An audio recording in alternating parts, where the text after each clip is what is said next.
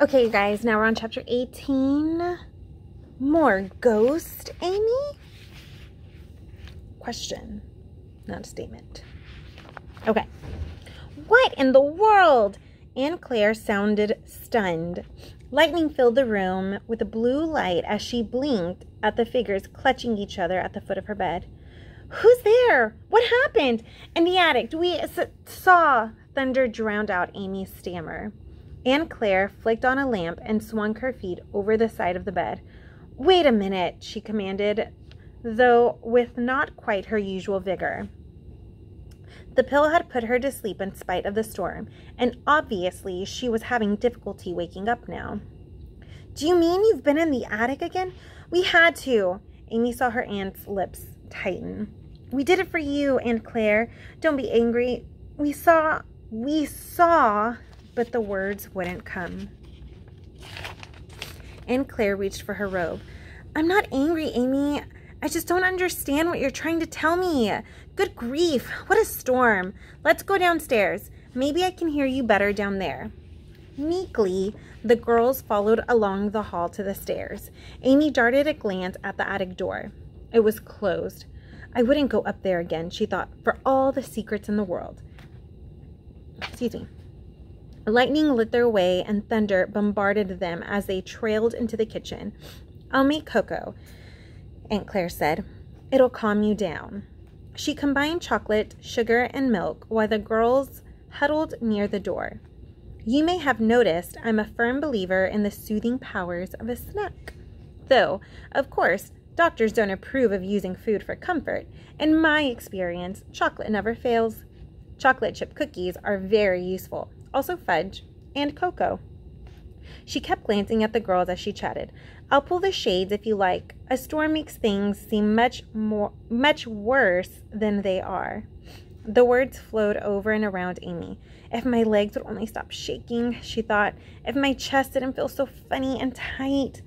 Aunt Claire gave up the attempt at conversation.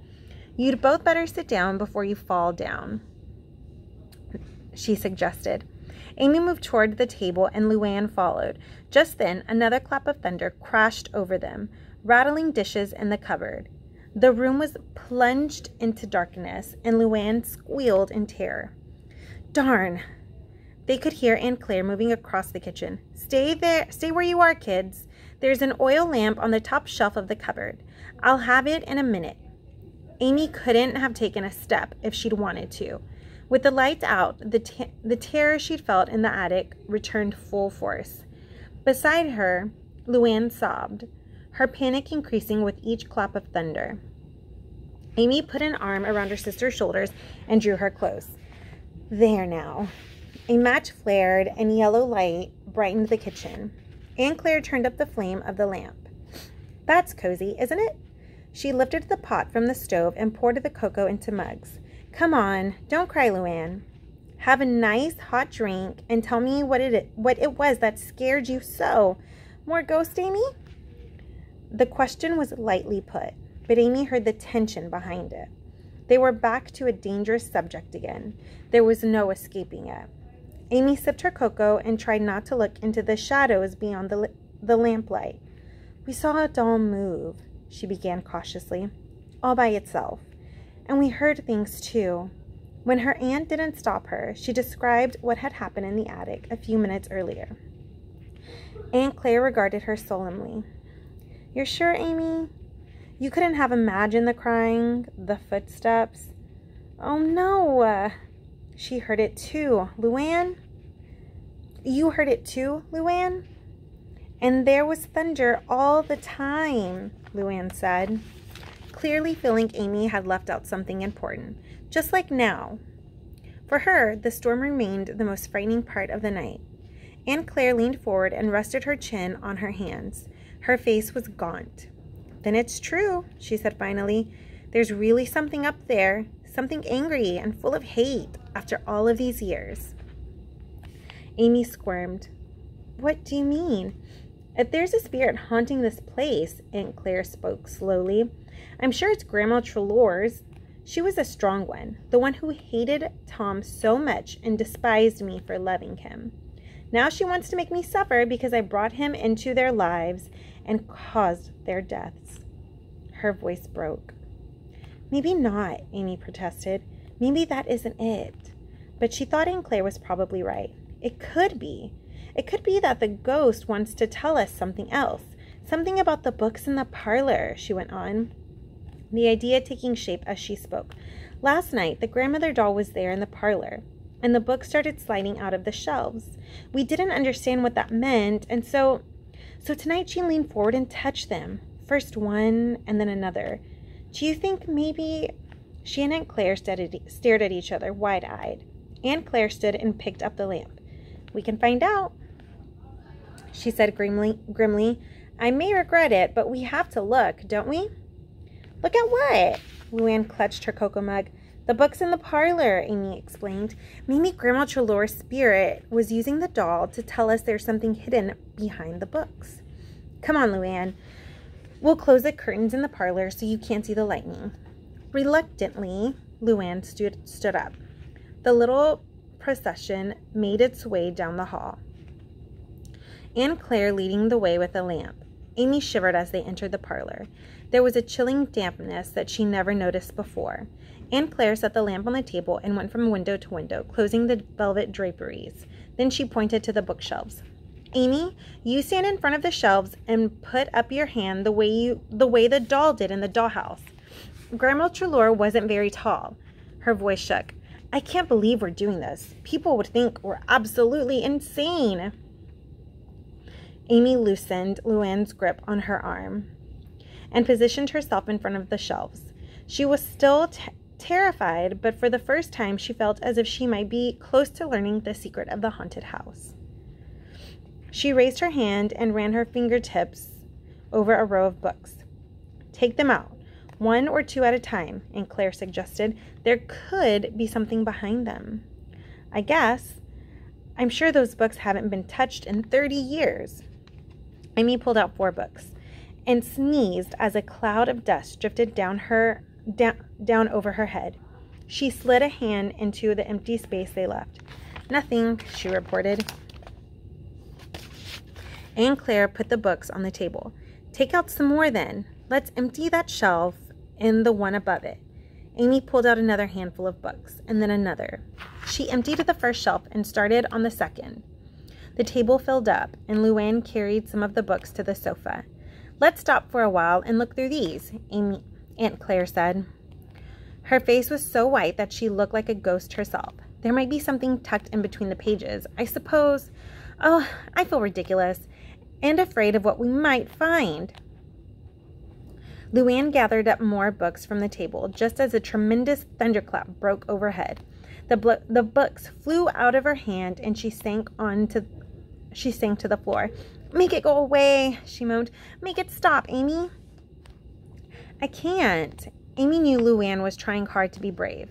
At home, she often became hysterical during severe thunderstorms. Come on, pick up the books, Luann. You're a good helper.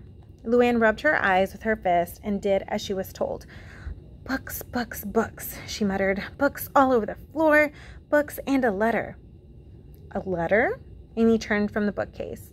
Her sister was looking at a sheet of paper with irritation. It was in a book, Luann said. It fell out. I didn't do it.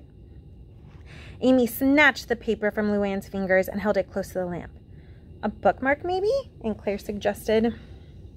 She leaned across the table for a better look, then straightened up with a gasp. That's Grandma Trelaw's handwriting. I know it anywhere. Oh, Amy! She closed her eyes and turned away. You read it, please. I can't bear to. Amy's hand trembled so much that she could hardly make out the words scrawled on the paper.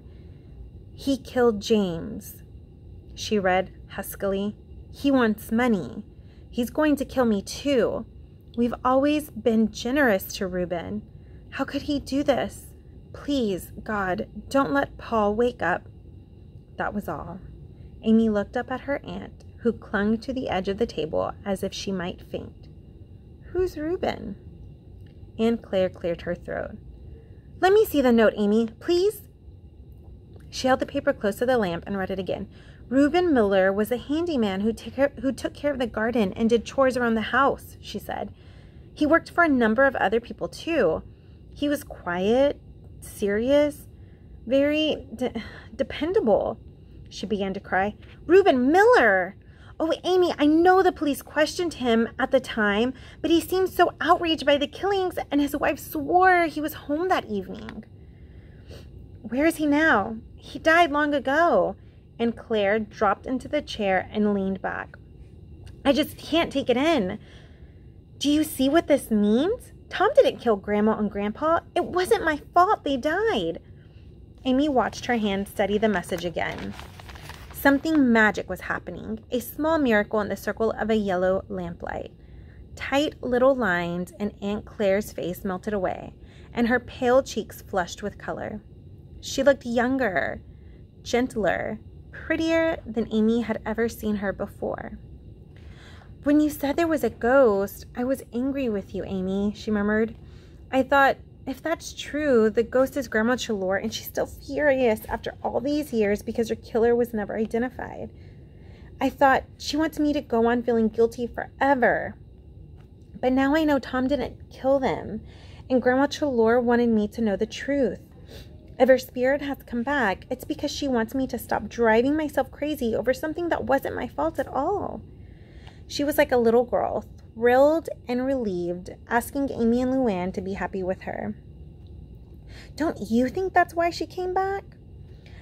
I think the thunder is stopping, Luann replied. That's what I think. She turned from Aunt Claire to Amy and burst out laughing. Not funny, she scolded. The thunder was bad. The electricity came back on as they returned to the kitchen. In the bright light, Aunt Claire read Grandma Trelaw's note still another time. When she put it down at last, Luann picked it up from the table and slipped it inside a book she thought she'd brought with her from the parlor. It belongs here in this book, she said primly. This is the book it fell out of. She laid the thin volume on the table with a satisfied air. Amy stared at the book and then at Aunt Claire. I can't believe it, Aunt Claire said, shaking her head. It's just a wild coincidence. Grandma must have grabbed the first book she touched. Amy nodded. After all, everything about this night had been hard to believe, but she picked up the book and ran her fingers across the cover. A play by Henrik Ibsen, it said across the top of the binding, and then in large letters the title, A Doll's House.